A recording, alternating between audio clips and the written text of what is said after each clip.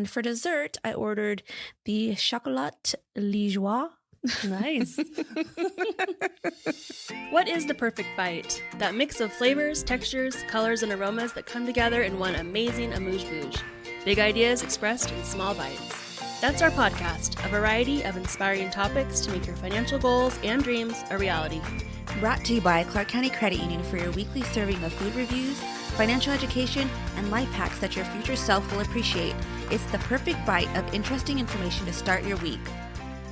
Welcome to episode 21 of The Perfect Bite. I'm your host, Crystal Price. And I'm your other host, Shannon Hiller. Let's dig in. We love trying new dishes here at The Perfect Bite, and Ohlala, is that right, Crystal? Yes. Ohlala French Bistro was our most recent restaurant experience. Next, we'll talk about what to do if you find yourself living paycheck to paycheck. And finally, for your future self, we'll share some side hustles that actually work.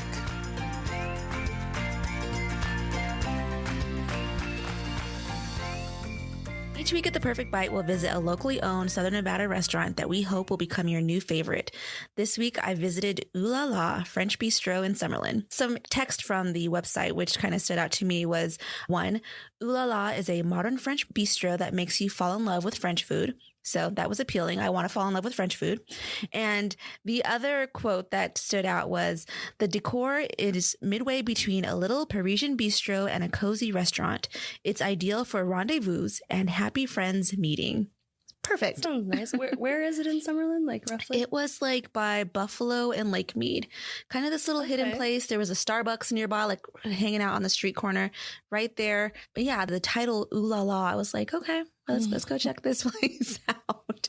I went out with some friends. Some of them were already familiar with other French restaurants in the area, so they had an idea of kind of what to order. And I just kind of told them, lead the way, and I will take that and follow you with recommendations on food. So the first thing that I ordered was the escargot. For those of you that do not know, that is snails. Something I would not normally order at all. You're getting very brave with your orders. I'm impressed. So very brave. One of my friends, she was like, just order it. We'll share it. I just need to know that you're going to try it before I actually, let's do this together. So we did that. And the way that they prepared it, it was basically like in this bath of butter. Butter makes Delicious anything already, better. Yes. And it was parsley butter prepared with shallots and garlic, and they looked like little slivers of like steak. This is like little dark steak pieces. So I just went for it, and they were like the most delicious thing that I've had. Go round 2, please. Exactly. You could just do several plates of escargot. I would have been fine with that. They were very good though. No weird aftertaste, no gummy feeling when you're chewing them. I loved them. And then the next thing for my main dish, I ordered the sole meunière. I don't know if I'm pronouncing that correctly, but that was a fish dish that the server actually recommended to me. And when she said to order the sole, she was like, oh, people are ordering this all day. That's what they've been ordering, the sole, the sole, the sole. And honestly, I did not know that was fish. Did you know that? Oh, yeah. Okay. No, I was in the dark. So when it arrived, I'm like, oh, fish is not really something that I order unless it's like a fish and chips type of thing. So that was different. They pan sear it again with butter, garlic butter, and then it came with some capers, lemon, and parsley. And again, that was so good. And I could definitely see why people were ordering that all the time. And for dessert, I ordered the chocolat liégeois. Nice. I'm French, but it was chocolate and vanilla ice cream with a homemade chocolate ganache and a homemade vanilla whipped cream. Again, I left this location like many others full to the limit, but it's okay. It was all in the. We need to get sponsored by like Noom or Weight Watchers or something. Yes. You guys are listening. We're accepting sponsors. Exactly. We will sponsor you or sponsor us, please. So I think for next time when I go, I will order the escargot again. One of the first items that you see, the images that you see on their menu is the roasted Cornish hen, which looks really good. So I would order that. And that comes with the fingerling potatoes, but great experience. The environment in there was very rendezvous or a happy friends meeting place, just like they said on the website. Definitely I recommend. So if you at home, if you have a recommendation for a restaurant or a dish for us to try, send us a message at theperfectbite@cccculv.com. We're always open to new ideas.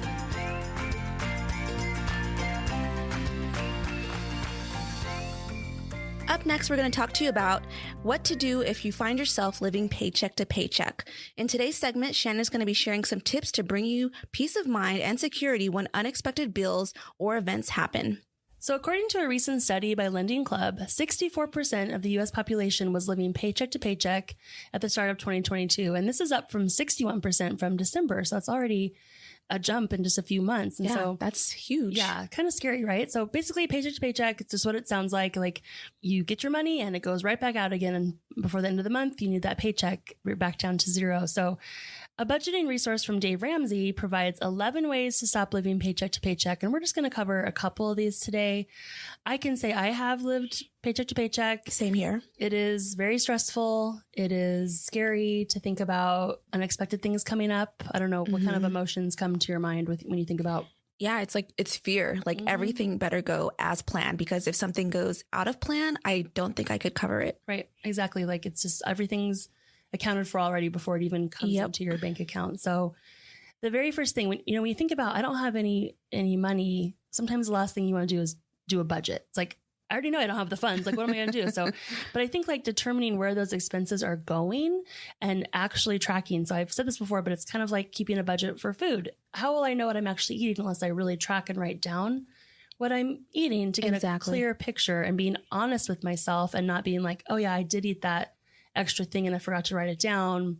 It doesn't count. Well, it does count. You know, you need to count it. Budget for your fast food too. Like, I mean, I think a lot of us enjoy going out to eat. I know we here at the podcast do, but yeah, we need to make a budget for that too. You know, how much per month am I going to spend on McDonald's or a fancy restaurant, date night, things like that. Right. And just seeing where that money's going can open up your options and be like, wow, I'm really spending a lot on, for example, streaming services or cable. I know we actually did that recently. We took a hard look at it. Like if we paid for every single streaming service that is offered, we would be spending far less than we would on our cable bill. So we made some changes there and I'll let you know how it goes, but I need to do that. The next one I really like to take care of your 4 walls first. And the 4 walls are food, utilities, shelter, and transportation. And so those really are the basic things that everyone's going to need. You need to have that. There's no luxuries in there typically, right? These are things that have to happen in your week.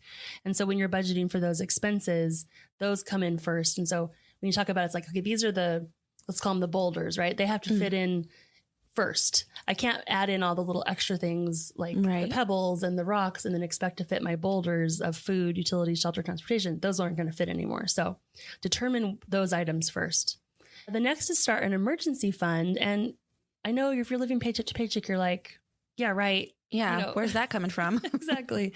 And so Dave Ramsey suggests starting at $1,000 to create a safety net in case just life happens and things come up. And so it's going to be really tough, but if you make very small daily, weekly, even monthly changes to your budget and just start small, $1 here, $1 there, $5, skip that drive through, like you said, Crystal, and put that money in, bring your lunch to work. It will slowly add up. And so just even having that $1,000 is going to feel so good. Yeah. I remember like years ago when I was paycheck to paycheck, it was like, yeah, what am I going to do to get extra money? And I just started with $10. I was like, I'm going to put $10 away from every paycheck into my savings. And, after a couple of months, I had like $60 and I was like, ooh, I feel good about that. Let me put a little bit more. And kind of seeing that money in my account just gave me motivation to save more and just keep seeing that money grow and grow and grow. Right. Starts to feel good. The 4th item is stop living with debt. And really, I think that means stop using the cards and focus on paying them off. And so my husband and I talk about this too. It's like, it's great. Like you want to have credit, you want to use credit, but let's stop using it and trying to pay it off at the same time. Yeah. You can't go shopping on the weekend with your credit card and then. Right. Exactly. And then the last one is sell stuff. Have you ever done that? I have. Currently too, as Violet has been getting bigger and bigger, but especially when she was like a small little baby, you buy all of these things for small children, bassinet, the smaller size crib, little swings and things like that. Yeah. Like little cute shoes that she wears once just in the house while she's sitting in bed, So I was going to donate it. And my husband was like, well, before you just give everything away that we spent hundreds of dollars on, see if we can do like a bundle package. I'm pretty sure there are plenty of like new parents out there. Let's see if we can recoup some of that money. And so, yeah, I've done that a lot. Shoes and things like that, old shoes that maybe in the moment was like, oh, I can fit into size 8, but really I should have got a size 8.5. Yeah.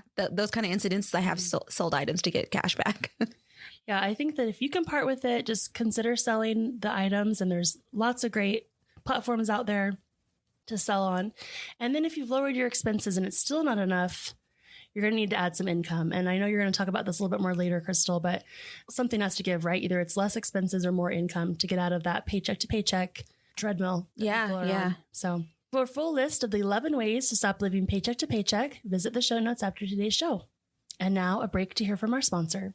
CCCU has a bonus for you. High five! It's 5% interest on a bonus checking account, only available at Clark County Credit Union. That's 5% on your money, and it's just one more benefit of membership at Clark County Credit Union. Isn't it time for you to join? Anyone can be a member, because if somebody's making money off your checking account, shouldn't it be you? Open a bonus checking account today and start earning your 5%, only at CCCU. Funds privately insured by American Share Insurance.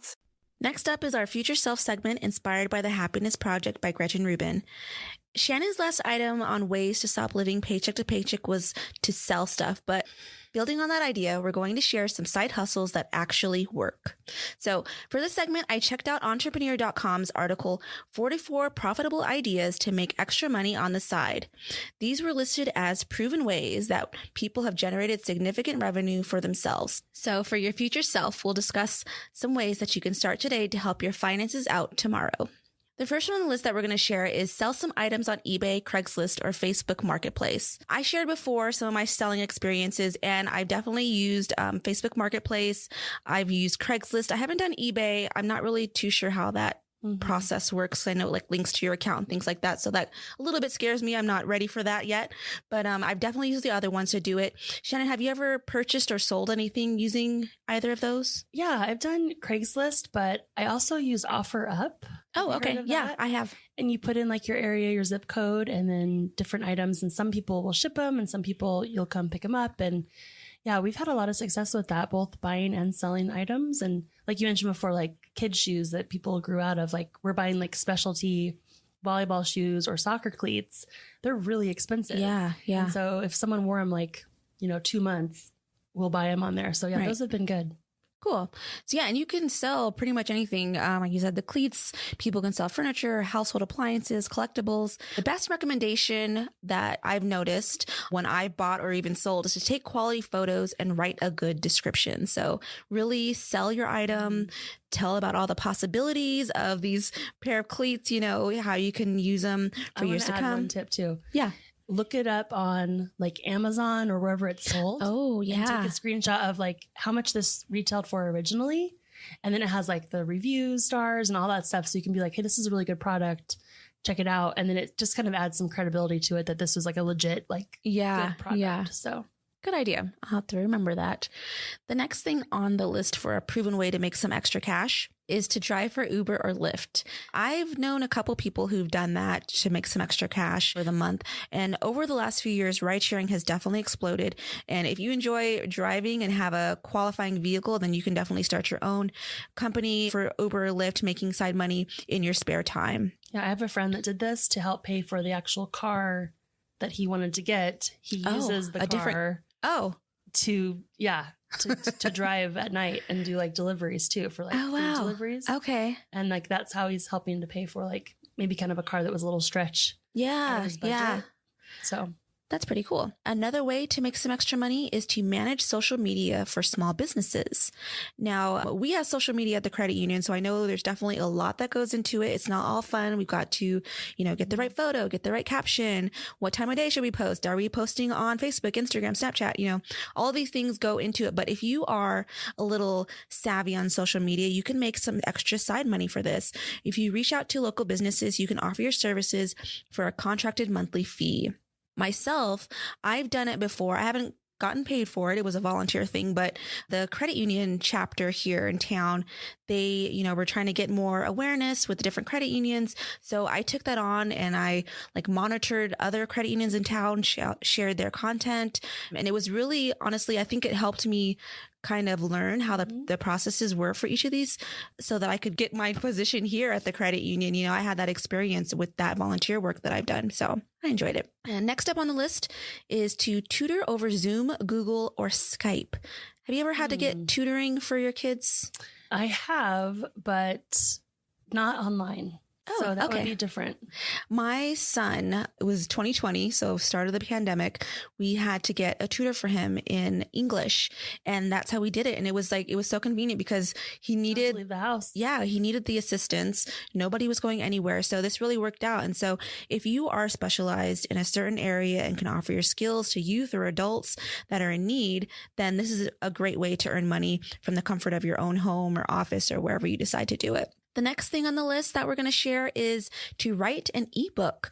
I actually have a friend who did a co-author thing. It was like digital etiquette for dummies. So one of those things. She's in marketing. And so, yeah, she used like these resources. Amazon is one of them. They have several platforms like KDP and CreateSpace that will help you create and sell an ebook that costs nothing to produce. And then when you sell an actual paperback, you earn money from that. So that's a great way. Shannon, have you ever considered writing a book? So I have thought about it. I think that would be a cool like bucket list thing, but more along the lines of a children's book. I just like my kids say the funniest things and like make up funny characters and like names for their stuffed animals. And so I keep a little list on my phone of like, could this be a book someday for children? So I think that would be really fun. But ebooks I feel like are more informative and educational typically. Yeah.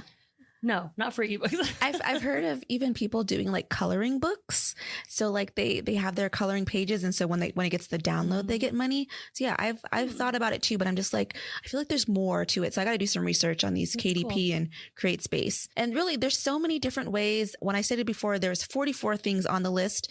A couple of the other ones I won't go into detail, but they are writing resumes, giving music lessons, personal training, washing and detailing cars, selling NFTs, to list just a few. So if you're looking for some extra ways, we will have the full list of the 44 profitable ideas on our show notes. Be sure to check it out after the show. You will not be disappointed. What are NFTs? Those are non-fungible tokens. I feel very fancy and technology forward.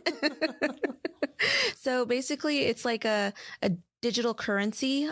There are creators out there who make images of anything under the rainbow that you can possibly think of, and they sell them for a currency. Values can start basically like change. So they could sell it for 50 cents up to hundreds of thousands of dollars. Wow. So yeah, it's a very big market. I'm actually looking to get my kids into this. Some of them are very creative. Some of them are really into the whole digital metaverse type thing. So yeah, there's ways to earn money for the future generations. So for the full list of 44 profitable ideas, be sure to check out our show notes. You will not be disappointed.